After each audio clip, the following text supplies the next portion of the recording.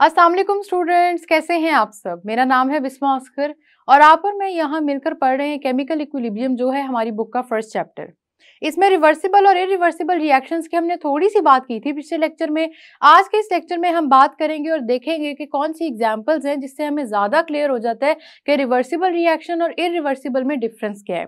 जितना एग्जाम्पल्स को ज्यादा समझेंगे उतना ज्यादा क्लियर होगा और उतना कॉन्सेप्ट भी आपको ज्यादा समझ में आएगा। तो आए चलते हैं लेक्चर की तरफ। तो स्टूडेंट्स, आज के इस लेक्चर में हमने स्पेसिफिकली बात करनी है कि रिवर्सिबल और इरिवर्सिबल रिएक्शंस में डिफरेंस क्या होता है। देखिए, रिवर्सिबल और इरिवर्सिबल आपको नाम से काफी हद तक पता लग गया होगा कि वो रिएक्शन है, कोई एक ऐसा होगा जो रिवर्स हो जाएगा, दूसरा होगा जो रिवर्स नहीं होगा। चले, नाम से तो हमें इतनी बात पता चल गई, लेकिन हम थोड़ा सा ये भी देख लेते हैं कि ठीक है, अगर रिवर्स हो रहा है तो उसके पीछे की केमिस्ट्री क्या है। उन सारी बातों को जरा डिस्कस करते हैं। रिवर्सिबल रिएक्शन का मतलब ये है कि रिएक्टेंट से जब प्रोडक्ट्स बना दिए हैं तो ये प्रोडक्ट्स ब्रेक डाउन करके दोबारा से रिएक्टेंट्स बनाएंगे, या आप कुछ भी ऐसी कंडीशन देंगे, कोई न्यू कंडीशन जो हो, तो आपके प्रोडक्ट्स वापस से रिएक्टेंट्स बना सकते हैं। जबकि इरिवर्सिबल का मतलब ये है कि एक दफा अगर रिएक्टेंट से प्रोडक्ट बन गए तो आप इस रिएक्शन को रिवर्स नहीं कर सकते, फिर जो मर्जी हो जाए। वो रिएक्शन, उसके बारे में कहा जाता है कि कंप्लीशन पे पहुंच गया, मतलब अब के वो वापस नहीं आएगा। प्रोडक्ट्स उसने बनाने थे वो उसने बना दिए। ये हमारे पास बड़ा मेजर डिफरेंस है रिवर्सिबल और इरिवर्सिबल रिएक्शंस का। अब होता क्या है रिवर्सिबल रिएक्शंस में कि रिएक्टेंट से सबसे पहले प्रोडक्ट्स बनाए, वही पुरानी बातें जो हमने पहले भी डिस्कस की। लेकिन उसके बाद रिएक्टेंट से जब प्रोडक्ट्स बना लिए तो उसके बाद प्रोडक्ट्स दोबारा टूटे और रिएक्टेंट्स बना दिए। रिवर्स में जाएगा ये रिएक्शन, यहाँ पे आपके पास रिएक्टेंट्स भी बनेंगे और प्रोडक्ट्स भी बनेंगे। देखिए, केमिकल रिएक्शन की जब हम बात करते हैं तो मेन मकसद क्या होता है? प्रोडक्ट्स बनाना। लेकिन ये कुछ रिएक्शंस होते हैं जिनमें आप रिएक्टेंट भी दोबारा बना सकते हैं। है ना मजेदार किस्म की बात कि यहाँ पे आपके पास रिएक्टेंट्स दोबारा बन जाएंगे। अब ये होता किस तरह से है? आपके रिएक्शन मिक्सचर में इतनी एनर्जी मौजूद होती है, याद रखना है ये चीज एनर्जी फैक्टर पे डिपेंड कर रही है। देखें, अगर आपके रिएक्शन मिक्सचर में प्रोडक्ट्स के पास अभी भी इतनी एनर्जी मौजूद है कि वो टूट के रिएक्टेंट्स बन सकते हैं, तो बताएं वो नहीं टूटेंगे क्या? बिल्कुल टूटेंगे, वो दोबारा से रिएक्टेंट्स बन जाएंगे। जबकि इरिवर्सिबल रिवर्स डायरेक्शन में इसलिए नहीं जाते क्योंकि उनके पास वो एनर्जी मौजूद नहीं होती। बड़ी सिंपल सी एग्जांपल है। सबसे पहले मैं आपको मजीद एग्जांपल समझाने से पहले भी कहूंगी कि वुड की कन्वर्जन एशेज में जो होती है ना, उसके बारे में जरा सोच लें। आपने लकड़ी जलाई और वो जल के राख हो गई।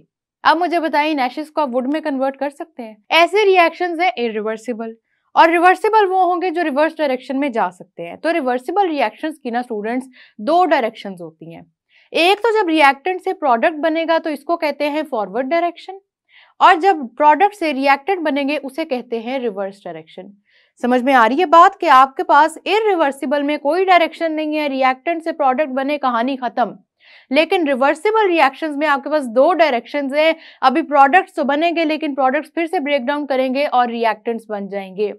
यही बात है, दोनों में मेजर डिफरेंस यही है। इसमें और भी बहुत सी चीजें, इनकी कुछ प्रॉपर्टीज भी होती हैं, सब कुछ होता है, लेकिन सबसे पहले जरूरी ये है कि हम कुछ एग्जाम्पल से समझ लें कि ये डिफरेंसेस आ किस तरह रहे हैं। तो आए उसके लिए चलते हैं लाइट बोर्ड की तरफ। तो स्टूडेंट्स, हम पढ़ने लगे कुछ एग्जाम्पल्स यहाँ पे रिवर्सिबल और इरिवर्सिबल रिएक्शंस की। मैंने आपको पहले भी बताया था कि हमेशा केमिस्ट्री को नेचुरल चीज़ों से जब आप रिलेट करके पढ़ेंगे या अपनी एवरीडे लाइफ से रिलेट करके पढ़ेंगे तो आपको केमिस्ट्री बड़ी आसान लगेगी। क्योंकि होता क्या है कि कुछ वही चीज़ें होती हैं जो ऑलरेडी हमारे इर्द गिर्द मौजूद होती हैं, बस उन पर हमने थोड़ी सी नज़र दौड़ाई और फिर साइंटिस्ट ने उसी से रिलेटेड बहुत सारी और चीज़ें केमिस्ट्री लैब में परफॉर्म करनी शुरू कर दी। तो सबसे पहले हम बात करेंगे इरिवर्सिबल रिएक्शंस के कुछ एग्जाम्पल्स की, और जिसमें मैं बहुत ही बेसिक एग्जाम्पल से चलूंगी जो आपकी एवरीडे लाइफ से रिलेट करती होगी और डिफरेंट नहीं है ये एग्जाम्पल। ये एग्जाम्पल है स्टूडेंट्स बेकिंग की। बेकिंग हम सब ने की हुई है, अपने अपने घरों में की हुई है ना। बेकिंग में क्या होता है? बेकिंग में ये होता है कि आपने चीजें मिक्स की, जो भी आपके पास इंग्रेडिएंट्स थे, उसके बाद आपने उसको बेक कर दिया। एंड फॉर एग्जांपल आपने केक बना लिया। अब आप मुझे बताएं कि क्या आप इस केक से वापस वो इंग्रेडिएंट्स बना सकते हैं कभी भी जो पहले केक बनाने के लिए यूज हुए थे? नहीं बना सकते। यही डिफरेंस है हमारे पास। क्या आप कभी भी केक से वो इंग्रेडिएंट्स बना सकते हैं? नहीं। इसका मतलब है कि ये एक इरिवर्सिबल रिएक्शन हो गया।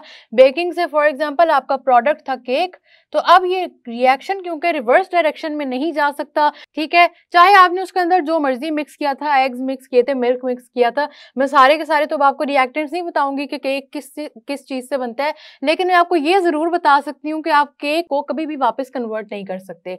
बेकिंग का प्रोसेस ऐसा प्रोसेस है कि वहां पे जाकर रिएक्शन रुक जाएगा, बेक हो गया, प्रोडक्ट बन गया, आपका प्रोडक्ट है केक, और केक के बाद अब रिएक्शन वापस डायरेक्शन में नहीं जाएगा। ये तो हो गई बड़ी सिंपल सी एग्जांपल। अब ये मैंने एवरीडे लाइफ की एग्जांपल इससे दी थी ताकि आपको इरिवर्सिबल रिएक्शन थोड़ा सा समझ आ जाए। सेकंड एग्जांपल है हमारी वुड बर्निंग की। वुड बर्निंग की बड़ी मशहूर एग्जांपल है, मशहूर इसलिए क्योंकि ना इसको समझना भी बड़ा आसान है। इसमें थोड़ी सी केमिकल प्रॉपर्टीज भी इन्वॉल्व हो जाती हैं। तो केमिकल प्रॉपर्टीज से क्या होता है कि हमें पता लग जाता है कि यहाँ पे ये रिएक्शन किस तरह हो रहा है। अब आपने वुड को लिया, लकड़ी ली और उसको जला दिया, आपके पास क्या बन जाएंगे, एशेज। अभी मैं केमिकल लैंग्वेज में नहीं आ रही, जिसको हम केमिस्ट्री लैंग्वेज भी कहते हैं, उसमें अभी मैं नहीं आ रही, आपको सीधी सीधी बातें समझा रही हूँ। आपने वुड को बर्न किया, लकड़ी को जला दिया, लकड़ी एशेज में कन्वर्ट हो गई। अब आप कभी भी ये जो लकड़ी जल चुकी है, जिसकी एशेज बन गई हैं, आप इससे वापस से वुड नहीं बना सकते। उसके रीजन क्या है, क्योंकि हमने पहले भी बात कर ली कि रीजन ये है कि सिस्टम के पास उतनी एनर्जी ही नहीं है।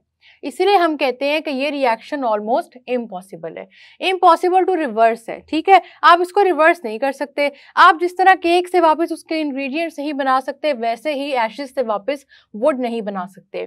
इस रिएक्शन को अगर मैं बहुत केमिस्ट्री लैंग्वेज में आपको समझाऊं ना, तो होता क्या है कि आप कोई भी फ्यूल लेते हैं, फ्यूल कोई भी चीज हो सकती है जिसको आप बर्न कर रहे हैं। यूजुअली हम फ्यूल कंसिडर करते हैं ऑर्गेनिक कंपाउंड्स को, और आपको ये कॉन्सेप्ट ज्यादा समझ आएगा जब हम ऑर्गेनिक कंपाउंड्स वाला चैप्टर स्टार्ट करेंगे। आपने फ्यूल लेना और उसकी बर्निंग स्टार्ट कर देनी है। बर्निंग का प्रोसेस आप सबको पता है कि बर्निंग का प्रोसेस ऑक्सीजन की मौजूदगी में होता है। ऑक्सीजन क्या करती है, बर्निंग में हेल्प आउट करती है, ठीक है। आपने अगर किसी चीज को जलाना है तो इसका मतलब ये है कि उसको ऑक्सीजन उतनी ज्यादा से ज्यादा प्रोवाइड करें। अब होता है ना कि कभी कभी हम आग बुझाने के लिए पानी डाल रहे होते हैं, वो पानी की वजह से और ज्यादा बढ़ रही होती है। उसकी रीजन यही है कि आप वाटर के थ्रू उसको ऑक्सीजन प्रोवाइड कर रहे हैं। आग खत्म करने का तरीका ये होता है कि उसको कवर कर दें, जिस तरह फायर एक्सटिंग्विशर से होती है। तो आपने क्या किया, फ्यूल को बर्न किया ऑक्सीजन की प्रेजेंस में, और आपके पास जो रिजल्टेंट चीजें बनी वो है कार्बन डाइऑक्साइड और वाटर। ये है आपके फाइनल प्रोडक्ट्स। अब स्टूडेंट्स, आपके ये जो फाइनल प्रोडक्ट्स हैं ना, कार्बन डाइऑक्साइड और वाटर, ये कभी भी रिकन्वर्ट होके वो फ्यूल नहीं बना सकते। वाटर वेपर की फॉर्म में एवेपोरेट हो जाएगा, कार्बन डाइऑक्साइड भी गैस है वो भी एवेपोरेट हो जाएगी। तो ये क्या हुआ कि बर्निंग का प्रोसेस हमने देख लिया कि इरिवर्सिबल है, चाहे आप वुड को बर्न करें या चाहे आप कोई भी और अपने पास ऑर्गेनिक कंपाउंड ले लें। फ्यूल को यहाँ हम ऑर्गेनिक कंपाउंड से रिप्रेजेंट कर रहे हैं, तो वो बात हमने कर ली, ठीक है। आप उसको रिवर्स नहीं कर सकते, जो मर्जी हो जाए। इसी तरह से हम बात कर लेते हैं अब कुछ रिवर्सिबल रिएक्शंस की, कि रिवर्स किस तरह करते हैं, और उन रिएक्शंस को भी हम समझेंगे सबसे पहले कि हमारी डेली लाइफ में हमारे इर्द गिर्द ऐसी कौन सी चीज़ है जहाँ पे रिवर्सिबल रिएक्शंस होते हैं, और फिर हम थोड़ी केमिस्ट्री लैंग्वेज की भी बात करेंगे। तो स्टूडेंट्स, अब हम बात कर लेते हैं रिवर्सिबल रिएक्शंस की। रिवर्सिबल रिएक्शंस की जब हम बात करेंगे तो रिवर्सिबल रिएक्शंस में सबसे पहला इंपॉर्टेंट और बड़ा ही इजी टू लर्न रिएक्शन है, आपके बॉडी में एक होता है रिएक्शन, उसको कहते हैं हीमोग्लोबिन का ऑक्सीजन से कॉम्बिनेशन। हीमोग्लोबिन क्या चीज होती है? हीमोग्लोबिन आपके ब्लड में प्रेजेंट होता है, और ब्लड में भी स्पेसिफिकली अगर बात करें तो आपके रेड ब्लड सेल्स में प्रेजेंट होता है, आरबीसीज जिसको कहते हैं। आरबीसीज में हीमोग्लोबिन प्रेजेंट होता है, और साथ ही साथ क्या होता है कि जब ये रेड ब्लड सेल या ब्लड आपका लंग्स से पास करता है ना, तो लंग्स में जो ऑक्सीजन मौजूद होती है वो क्या होता है कि ऑक्सीजन इस हीमोग्लोबिन से आके अटैच हो जाती है, ऑक्सीजन अटैच हो जाएगी, ठीक है। अब लंग्स के पास से ब्लड पास करा था, ब्लड में ऑक्सीजन की क्वांटिटी थी बहुत ही थोड़ी, तो क्या हुआ, ऑक्सीजन कंबाइन कर गई जो लंग्स में मौजूद थी। अब आपके ब्लड में ऑक्सीजन आ गई है, ऑक्सी हीमोग्लोबिन का आपका एक कंपाउंड बन जाता है इसका, ठीक है। यहाँ पे क्यों? क्योंकि हीमोग्लोबिन के साथ ऑक्सीजन अटैच हो गई है। लेकिन आप सबने याद रखनी है कि ये जो हीमोग्लोबिन है ना स्टूडेंट्स, ये जो ऑक्सी हीमोग्लोबिन बना है, ये इतना स्टेबल कोई कंपाउंड नहीं है। मतलब ये नहीं है कि ये अब आपका फाइनल प्रोडक्ट है, इसको चेंज नहीं कर सकते, ये चेंज हो सकता है, ठीक है। ये चेंज किस तरह होगा कि अब आपका ये ब्लड किसी मसल के पास से गुजरेगा या टिश्यू के पास से गुजरेगा जिसको ऑक्सीजन की जरूरत है, जहां पे ऑक्सीजन ऑलरेडी कम है, तो क्या होगा, ये ऑक्सी हीमोग्लोबिन वापस से रिटर्न होके वही बना देगा। हीमोग्लोबिन अलग हो जाएगा, ऑक्सीजन अलग हो जाएगी। इन दोनों के अलग होने से क्या होगा, हीमोग्लोबिन तो आरबीसीज में मौजूद है, वो एज इट इज फ्लो करेगा बॉडी से, लेकिन ये जो ऑक्सीजन है ना, जिस मसल को, जिस टिश्यू को इसकी जरूरत होगी, ये वहां चली जाएगी। तो आपने देखा कि रिवर्सिबल रिएक्शन हमारी बॉडी में भी हो रहा है। साथ ही साथ नेचर की भी कुछ एग्जांपल्स मैंने आपको दी थी, जिस तरह फोटोसिंथेसिस की एग्जांपल दी थी, लेक वाटर में भी आपको रेस्पिरेशन की एग्जांपल दी थी। उसके अलावा ह्यूमन बॉडी में किस तरह से रिवर्सिबल रिएक्शन होता है कि हीमोग्लोबिन ने ऑक्सीजन के साथ कंबाइन करना है when it passes through lungs, और अगर इसमें ब्लड में ऑक्सीजन की क्वांटिटी कम होगी तो ऑक्सीजन से ये हीमोग्लोबिन अटैच करेगा, ऑक्सी हीमोग्लोबिन का कंपाउंड बन जाएगा। ये ऑक्सी हीमोग्लोबिन अब क्या होगा, ये बहुत ज्यादा स्ट्रांग नहीं है, सिर्फ क्या है कि हीमोग्लोबिन ने अपने साथ पकड़ा हुआ है ऑक्सीजन को, ठीक है, ऑक्सीजन को उसने पकड़ लिया है, उसने अपने साथ अटैच कर लिया है। अब वो जिस भी ऐसे टिश्यू से गुजरेगा या मसल से गुजरेगा जहां पे ऑक्सीजन की क्वांटिटी कम है, वहां जाके क्या होगा कि ये ऑक्सीजन जो ऑक्सी हीमोग्लोबिन की फॉर्म में अटैच हुआ है, ये रीअटैच होगा, मतलब डीअटैच हो जाएगा। इसके डीअटैच होने की वजह से क्या होगा, ये वापस से उन्हीं दो चीजों में कन्वर्ट हो जाएगा, एक है हीमोग्लोबिन, दूसरा है ऑक्सीजन। हीमोग्लोबिन आरबीसीज में मौजूद है, वो वैसे ही फ्लो करेगा, और ऑक्सीजन उस मसल या टिश्यू को मिल जाएगी जहां पे उसकी कमी होगी। ये तो हो गया कि हमारे पास बॉडी में किस तरह से रिवर्सिबल रिएक्शन हो रहा है। अब एक रिएक्शन की बात करते हैं केमिस्ट्री पॉइंट ऑफ व्यू से, केमिस्ट्री लैंग्वेज में रिएक्शन देखते हैं। देखिए आपके पास सॉल्ट्स होते हैं कुछ केमिस्ट्री में, ठीक है, वो सॉल्ट्स आपके पास इस तरह से होते हैं स्टूडेंट्स के, उनमें अक्सर सॉल्ट आपने सबने नाम सुना होगा, ठीक है ना, सॉल्ट का नाम आप सबने सुना होगा। आपको सॉल्ट्स की डिटेल अभी समझने की जरूरत नहीं है, आप इसको मजीद समझेंगे जब हम चैप्टर 2 ऑफ आवर बुक पढ़ेंगे, ठीक है, केमिस्ट्री ग्रेड 10 का ये केमिकल इक्विलिब्रियम से जो नेक्स्ट चैप्टर है ना हमारा, एसिड्स बेसिस एंड सॉल्ट्स, उसमें हम इस पे मजीद बात करेंगे। सिर्फ अभी आपने इतना याद रख लेना है कि सॉल्ट्स में आपके पास एक क्वालिटी होती है कि इनके अंदर वाटर प्रेजेंट भी हो सकता है और वाटर रिमूव भी हो सकता है। बात समझ में आ रही है कि इनके अंदर या तो वाटर ऐड हो सकता है, H2O ऐड भी हो सकता है और रिमूव भी हो सकता है। तो ये जो ऐड भी हो रहा है, रिमूव भी हो रहा है, तो इससे क्या होता है कि यहाँ पे कुछ क्वालिटीज में चेंज आ जाता है और कुछ ना बड़ा डिफरेंट किस्म का चेंज आता है, उसकी बात करते हैं। सॉल्ट में स्टूडेंट्स आपने याद रखना है, अगर वाटर ऐड हो जाए तो उसको कहते हैं वाटर ऑफ क्रिस्टलाइजेशन, ठीक है। वाटर ऑफ क्रिस्टलाइजेशन क्यों कहते हैं? वाटर ऑफ क्रिस्टलाइजेशन इसको इसलिए कहते हैं कि लेबोरेटरी में जब आपने सॉल्ट मैन्युफैक्चर कर लिया है ना, आपने इस सॉल्ट के अंदर वाटर ऐड करना है और उसको छोड़ देना है, कुछ घंटों के लिए छोड़ दें, ओवरनाइट छोड़ दें, बस आप उसको छोड़ दें। उसके कुछ देर बाद क्या होगा कि इन सॉल्ट्स के अंदर ये वाटर ऐड होने लग जाएगा, ठीक है। ये सॉल्ट था, आपने वाटर ऐड किया और उसको मिक्सचर को ऐसे ही छोड़ दिया। अब वाटर इस सॉल्ट के अंदर ऐड होगा और क्रिस्टल्स बनाने शुरू कर देगा, सॉल्ट के क्रिस्टल्स बनेंगे, ठीक है। तो सॉल्ट के क्रिस्टल्स बनेंगे और इस वजह से कहते हैं कि इस वाटर ऑफ क्रिस्टलाइजेशन था जो ऐड हो गया। अब इसको रिवर्सिबल पॉइंट ऑफ व्यू से समझने की जरा कोशिश करें। स्टूडेंट्स आपके पास सॉल्ट के जब भी क्रिस्टल्स होंगे, याद रखने वाली बातें हैं, क्रिस्टल्स होंगे तो इसका मतलब है कि इसके अंदर वाटर मौजूद है, ठीक है। और जब भी आपके पास सॉल्ट वाटर के बगैर मौजूद होगा, मतलब उसके अंदर वाटर नहीं है, उस फॉर्म को कहते हैं एनहाइड्रस फॉर्म। ये बात समझ में आ रही है? एनहाइड्रस का मतलब होता है विदाउट वाटर, ठीक है, विदाउट वाटर मतलब होता है एनहाइड्रस का। तो यहाँ पे स्टूडेंट्स आप सबने याद रखना है कि हमारे पास केमिस्ट्री लैब में सॉल्ट्स होते हैं, सॉल्ट में वाटर ऐड भी किया जा सकता है, सॉल्ट में से वाटर रिमूव भी किया जा सकता है। वाटर ऐड हो जाए तो क्रिस्टल्स बन जाते हैं। इस पूरे प्रोसेस के जब नाम दिया तो वाटर ऑफ क्रिस्टलाइजेशन नाम देते हैं और हम कहते हैं कि वाटर ऐड हुआ इस वजह से क्रिस्टल्स बन गए। क्रिस्टल्स का मतलब ही ये होता है कि आपके सॉल्ट के अंदर वाटर मौजूद है, और साथ ही साथ स्टूडेंट्स आपने याद रखना है कि अगर ये वाटर रिमूव हो जाए तो ये सॉल्ट बन जाता है एनहाइड्रस सॉल्ट। अब रिवर्सिबल पॉइंट ऑफ व्यू से इसको देखते हैं। आपका ये रिएक्शन आप रिवर्स इस तरह कर सकते हैं कि आप सॉल्ट के अंदर वाटर ऐड भी कर सकते हैं और रिमूव भी कर सकते हैं।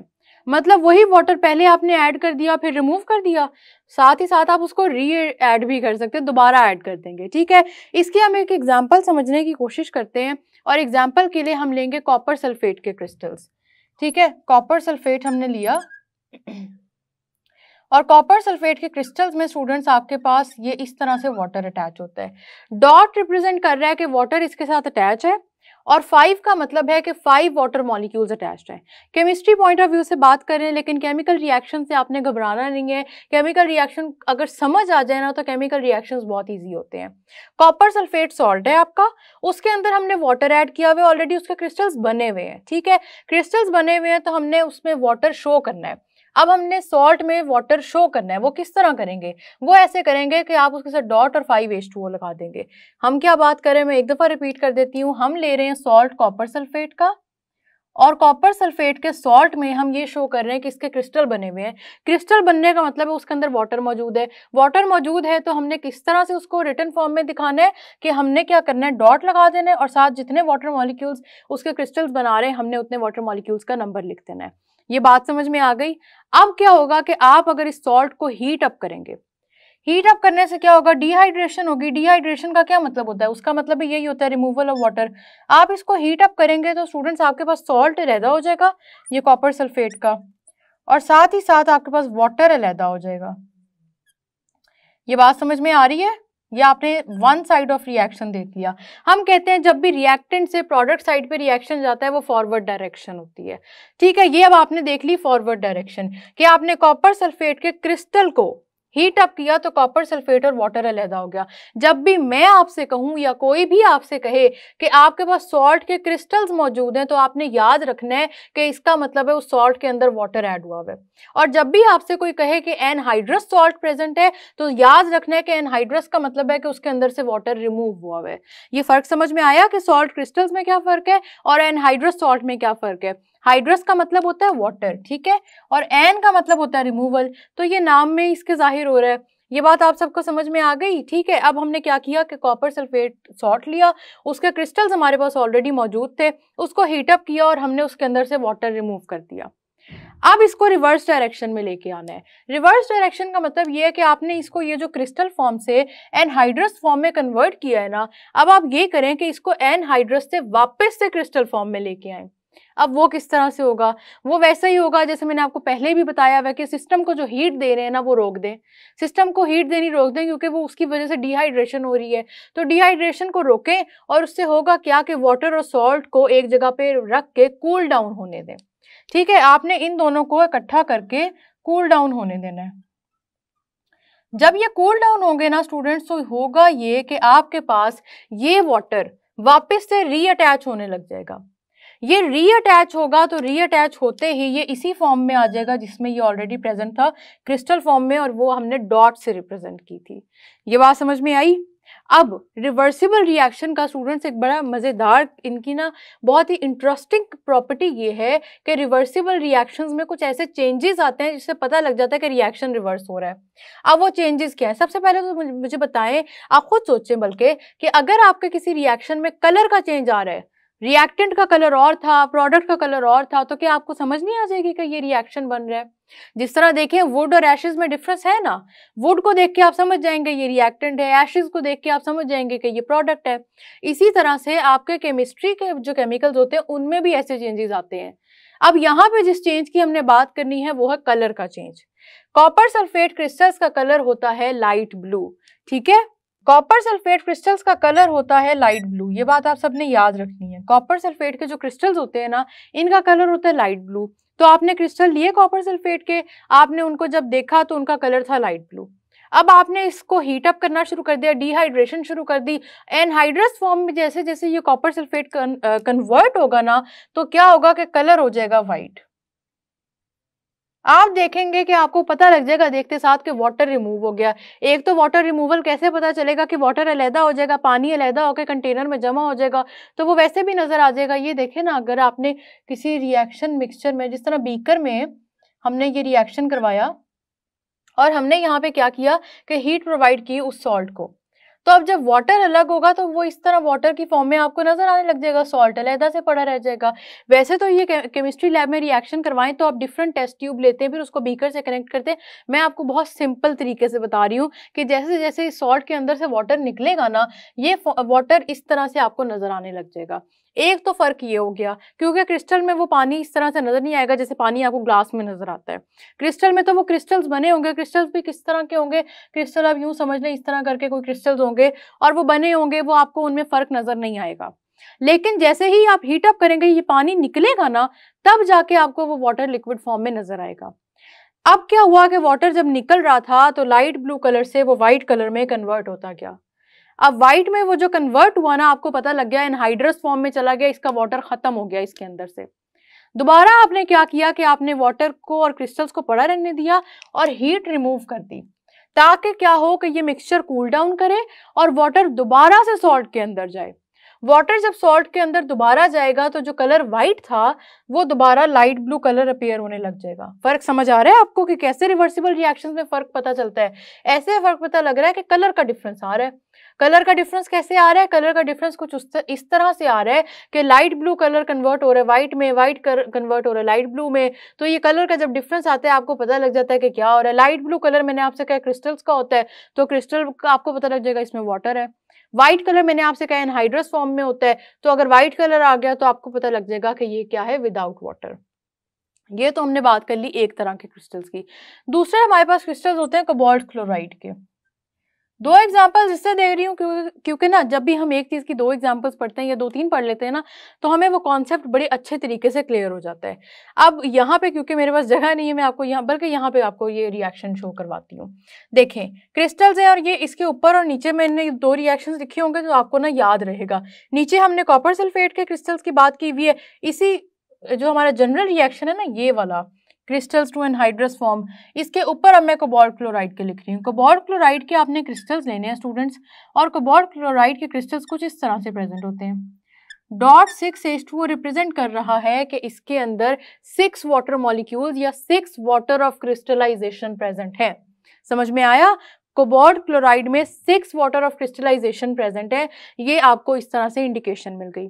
दूसरा, आपको कैसे पता चला कि ये क्रिस्टल से? मैंने आपको बताया कलर का डिफरेंस आ जाता है। कोबाल्ट क्लोराइड क्रिस्टल्स का कलर होता है पिंक। ये बात समझ में आ रही है? कोबाल्ट क्लोराइड क्रिस्टल्स का कलर हमेशा होगा पिंक। अब ये पिंक कलर में क्या होगा? पहले तो आपने कोबाल्ट क्लोराइड के इस क्रिस्टल को हीट अप करना है। जैसे ही आपने इसको हीट अप किया ना, तो स्टूडेंट्स ये होगा कि हीट अप करने की वजह से आपके पास कोबाल्ट क्लोराइड जो सॉल्ट था वो अलहदा हो जाएगा। ये सॉल्ट आपका अलहदा हो गया और वाटर आपका सारा का सारा अलहदा हो गया। इसी फॉर्म में चला जाएगा कि आपको रिएक्शन मिक्सचर में वाटर नजर आने लग जाएगा। अब पिंक से ये जो इधर तक कन्वर्जन है ना एनहाइड्रस फॉर्म तक, तो पिंक है क्रिस्टल्स का कलर और आपके पास ब्लू कलर होता है एनहाइड्रस फॉर्म का। ये कलर्स अगर आप याद रख लेंगे तो केमिस्ट्री लैब में आपको जब ये रिएक्शंस परफॉर्म करने को मिलेंगे ना, बड़ी आसानी होगी आइडेंटिफाई करने में। और अगर आपको क्रिस्टल्स वैसे ही दिखा दिए जाएं तो भी बड़ी आसानी होगी, पता लग जाएगा कि कौन सी चीज़ के क्रिस्टल्स हैं, कौन सी चीज़ के नहीं हैं। ठीक है, पिंक कलर था क्रिस्टल्स का और जैसे ही आपने इसको हीटअप किया तो वो कन्वर्ट हो गया एनहाइड्रस फॉर्म में और ब्लू कलर में आ गया। अब रिएक्शन को रिवर्स करने की बारी आ गई है। और रिवर्स हमने किस तरह से करना है कि हमने ये वाटर इसमें ऐड होने देना है, मिक्सचर को कूल डाउन करें, हीट को खत्म कर दें, और हीट जब खत्म हो जाएगी, मिक्सचर कूल डाउन होगा, तो आपका ये वाटर वापस से कोबाल्ट क्लोराइड के साथ अटैच करेगा, एनहाइड्रस फॉर्म सॉल्ट की आपकी क्रिस्टल फॉर्म में कन्वर्ट हो जाएगी। तो रिएक्शन देख लें वही है, रिएक्टेंट और प्रोडक्ट साइड चेंज नहीं हो रही आपके पास। रिएक्टेंट साइड पे जिस सॉल्ट की हमने क्रिस्टल्स की बात की वो वैसे ही रहेंगे। प्रोडक्ट साइड पे हमने बात की कि आपके पास एनहाइड्रस फॉर्म है और वाटर अलहदा से, वो भी वैसे ही रहेगा। लेकिन आपने इस रिएक्शन, एक ही रिएक्शन है, उसको रिवर्स किस तरह से करना है वो वाली हमने यहाँ पे बात की है। रिवर्सिबल रिएक्शंस को लिखने का और इनको सही तरह से ना केमिस्ट्री लैंग्वेज में डिपिक्ट करने का तरीका थोड़ा डिफरेंट होता है। लेकिन अभी मैं आपको अगर सारी बातें बता दूंगी ना तो खिचड़ी पक जाएगी, आपको समझ नहीं आएंगी। सिर्फ आपने अभी क्या करना है, आपने ये एग्जांपल्स याद कर लेनी है। सबसे पहले तो हीमोग्लोबिन और ऑक्सीजन की कॉम्बिनेशन है, ऑक्सी हीमोग्लोबिन बना और ऑक्सीजन प्रोवाइड हो गई टिश्यूज और मसल्स को जहां जहां उसकी जरूरत थी। ये हो गया पहला रिवर्सिबल रिएक्शन। दूसरा रिवर्सिबल रिएक्शन है सॉल्ट्स का, कि सॉल्ट के जो आपके क्रिस्टल होते हैं आप उसको एनहाइड्रस फॉर्म में कन्वर्ट कर सकते हैं। कैसे? वाटर रिमूव करके, हीट अप करके, डिहाइड्रेशन करके। ठीक है, और साथ ही साथ आप इन एनहाइड्रस फॉर्म को क्रिस्टल्स में कन्वर्ट कर सकते हैं। अब कुछ स्टूडेंट्स पूछेंगे कि मिस ये क्रिस्टल्स जो हमारे पास हैं ये तो चले हमें पता है क्या इनकी फॉर्म है, शेप है, एनहाइड्रस की क्या फॉर्म होती है? तो आपको वैसे ये एक्स्ट्रा इंफॉर्मेशन है, लेकिन मैं आपको बता देती हूँ एनहाइड्रस हमेशा पाउडर फॉर्म में होता है क्योंकि उसके अंदर से वाटर निकल जाता है। क्रिस्टल्स आपने बस याद रखने हैं, क्रिस्टल जब भी सॉल्ट के बने होंगे ना तो क्रिस्टल बनते ही इस वजह से कि उसके अंदर वाटर ऐड होता है। तो अब इस सॉल्ट में आप वाटर ऐड करके या तो क्रिस्टल बना दें या वाटर रिमूव करके वापस से एनहाइड्रस फॉर्म बना दें, पाउडर फॉर्म बना दें। तो ये इस तरह से हो जाएगा रिवर्सिबल रिएक्शन। तो आप सबने याद रखना है कि रिवर्स किस तरह से होगा सॉल्ट और एनहाइड्रस फॉर्म। सॉल्ट में वाटर कैसे ऐड करना है, रिमूव कैसे करना है। साथ ही साथ मैंने आपको जितने एग्जाम्पल्स पढ़ाई हैं ये सारी की सारी याद कर लें। नेक्स्ट लेक्चर्स में हम मजीद बात करेंगे इसी रिवर्सिबल और इरिवर्सिबल की। लेकिन अगर अभी आपको ये एग्जाम्पल समझ आ जाएंगी ना तो अगले कॉन्सेप्ट्स बड़ी आसानी से समझ आ जाएंगे।